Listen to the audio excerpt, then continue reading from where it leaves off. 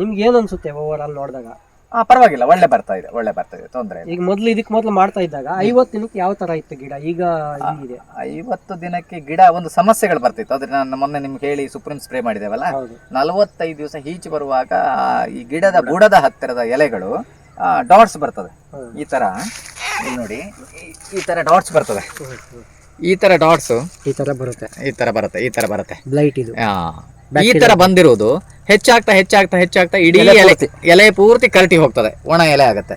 ಆಮೇಲೆ ನೆಕ್ಸ್ಟ್ ಎಲ್ಲ ಎಲೆಗಳು ಕರಟಿ ಇಡೀ ತೋಟದಲ್ಲಿರುವಂತಹ ಬಳ್ಳಿಗಳು ಸಂಪೂರ್ಣ ಒಣಗಿ ಕೇವಲ ಅಲ್ಲೊಂದು ಇಲ್ಲೊಂದು ಕಾಯಿಗಳು ಮಾತ್ರ ಕಾಣುತ್ತೆ.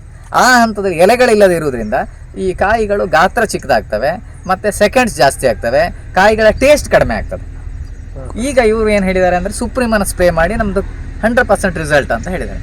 ಸೊ ಮೊನ್ನೆ ಕಷ್ಟಪಟ್ಟು ಇದನ್ನು ತಿರುಗಲಿಕ್ಕೆ ಆಗೋದಿಲ್ಲ, ಆದರೂ ನಮ್ಮ ಸ್ನೇಹಿತರು ಮಿತ್ರರು ಆದವರು ಹಿರಿಯರು ಎಲ್ಲ ಸೇರಿ ಇದನ್ನು ಸ್ಪ್ರೇ ಮಾಡಿದ್ದಾರೆ. ಅಲ್ಲಿಗೆ ನೋಡಿ, ಇಲ್ಲಿಗೆ ಮುಂದೆ ಹೋಗಲಿಲ್ಲ.